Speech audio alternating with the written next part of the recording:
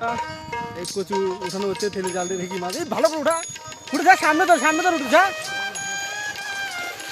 এই এদিকে উঁচা করে না চ্যাংরা, এদিকে উঁচা না করলে ওদিকে ছেড়ে দে বাইমি যাবে এই যে এদিক দিয়ে, বুঝতে পারলি? আগে ওদিকে ছেড়ে দেওয়া লাগে।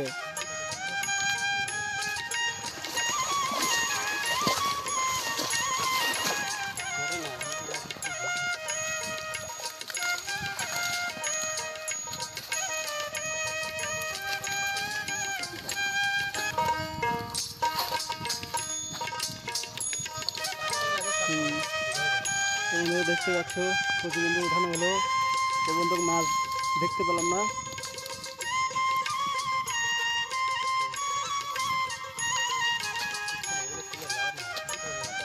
তো বন্ধুরা একটা মাছও কিন্তু দেখতে পাবো না, শুধু ছোট্ট একটা বাইল কচু দিল